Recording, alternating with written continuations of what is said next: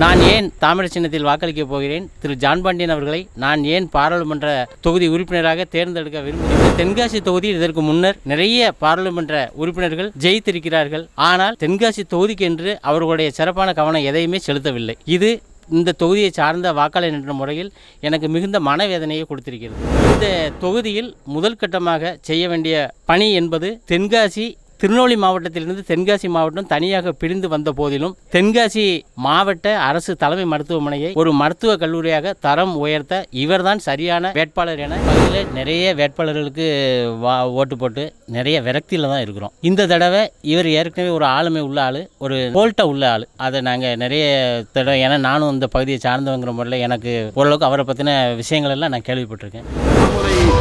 சின்னத்தில் போட்டியிடுறாரு அவர் ஜான் பாண்டியன் அவர்கள். இந்த பகுதியில் அவருக்கு வரவேற்பு எப்படி இருக்குது? எல்லா சமூக மக்களும் அவரை ஏற்றுக்கிட்டாங்களா? வரவேற்பு எப்படி இருக்குது? மற்ற எல்லா சமூகமும் இன்றைக்கி இவருக்கு வாக்களிக்கிறதுக்கு தயாராக தான் இருக்குது.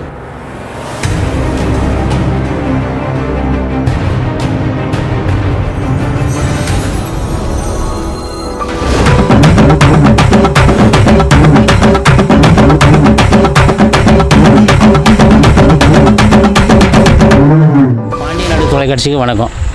நான் இப்போ தென்காசி பாராளுமன்ற தொகுதி பெரியபுரசி கிராமத்தை சார்ந்தவன். எனது பெயர் ராஜலிங்கம்.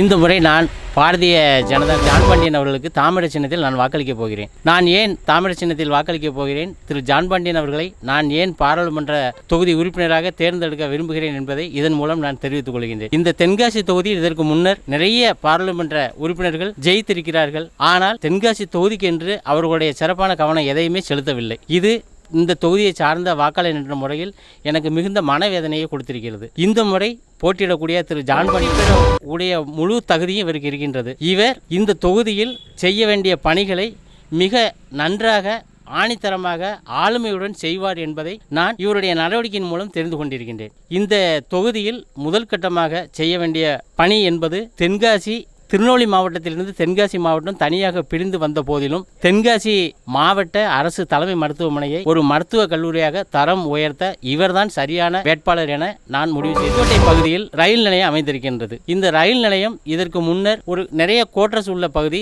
அந்த ரயில்வே ஊழியர்கள் தங்கக்கூடிய அந்த குடியிருப்பு பகுதி நிறைய இடிந்து சிதலமடைந்து விட்டிருக்கிறது. இதன் காரணமாக இங்கே பணி செய்யக்கூடிய நிறைய நபர்கள் வெளியிடங்களிலிருந்து வருகின்றார்கள். இந்த ரயில் நிலையம் முன்னர் ஒரு ரயில் பணிமனையும் இங்கே இருந்தது.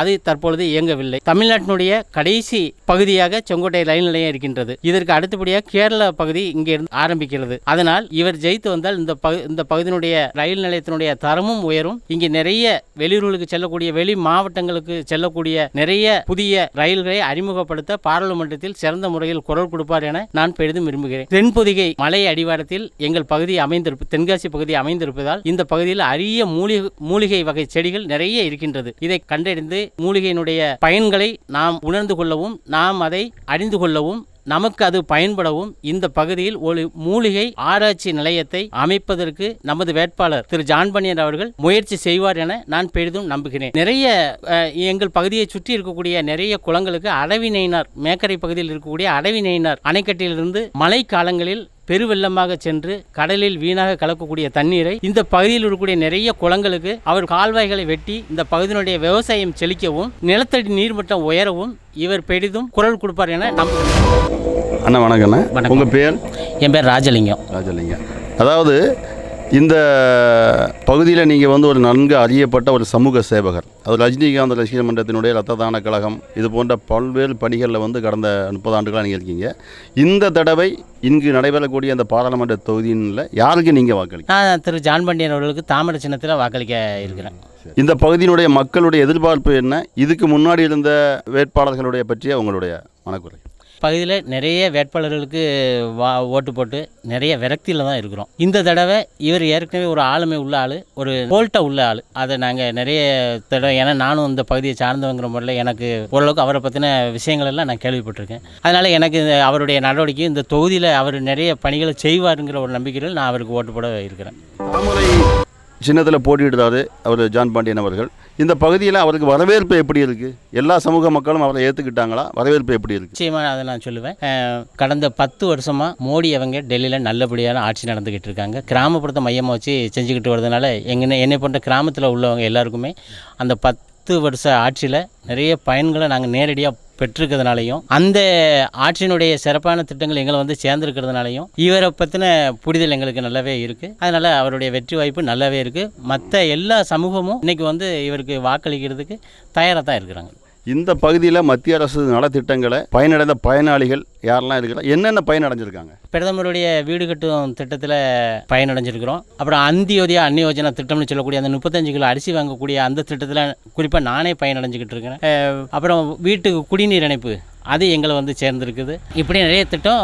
வங்கியில் வந்து நாங்கள் வந்து 0 பேலன்ஸில் கணக்கு தொடங்குறது, எந்த விதமான டெபாசிட்டும் இல்லாமல் கணக்கு தொடங்குற திட்டம்லாம் நாங்கள் இப்போ தான் அதெல்லாம் கேள்விப்பட்டு நாங்கள் இப்போ தான் ஆரம்பிச்சிருக்கிறோம். அதெல்லாம் வந்து மத்திய அரசோட திட்டங்கள் எங்களுக்கு நேரடியாக வந்து கிடச்சிருக்கிறதுல ஒரு சந்தோஷம். இதாவது கனிம வள கொள்ளைகள் இந்த பகுதியில் வந்து அதிகமாக இருக்குது. இப்போ இதுக்கு முன்னாடி இருந்த எத்தனையோ வேட்பாளர்கள் அதுக்காக போராட்டம் பண்ணியிருக்காங்க, எல்லாம் பண்ணியிருக்காங்க. அப்போது ஜான் பாண்டியனும் அந்த கோரிக்கை வைக்கிறார். இது அவங்க சொன்னதை மாதிரி எடுத்துக்கலாமா, இல்லை இவர் செஞ்சு காட்டுவாருங்கிற ஒரு நம்பிக்கை இருக்குதா? நம்மளுக்கு நம்பிக்கை தாங்க வாழ்க்கை. இதுக்கு முன்னாடி இருந்த வேட்பாளர்லாம் இப்போ இருக்கக்கூடிய வேட்பாளர்களும் ஜெயிச்சுட்டு போன வேட்பாளர்கள் எல்லாருமே இந்த பகுதியில் பார்த்தீங்கன்னா கேரளா பார்டரில் இருக்கிறதுனால கண்கூட பார்க்குறோம்.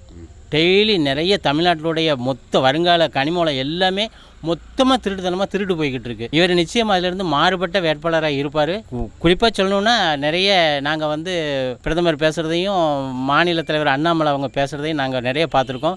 நிச்சயமாக கனிமவள கொள்கை இந்த தடவை நடக்காதுன்னு நாங்கள் நம்புதோம். வேளாளர் மக்களின் நெடுநாள் கோரிக்கையான பட்டியல் வெளியேற்றத்தை உறுதி செய்திட தென்காசி பாராளுமன்ற தொகுதியின் வெற்றி வேட்பாளர் ஜான் பாண்டியன் அவர்களுக்கு தாமரை சின்னத்தில் வாக்களிப்பீர்.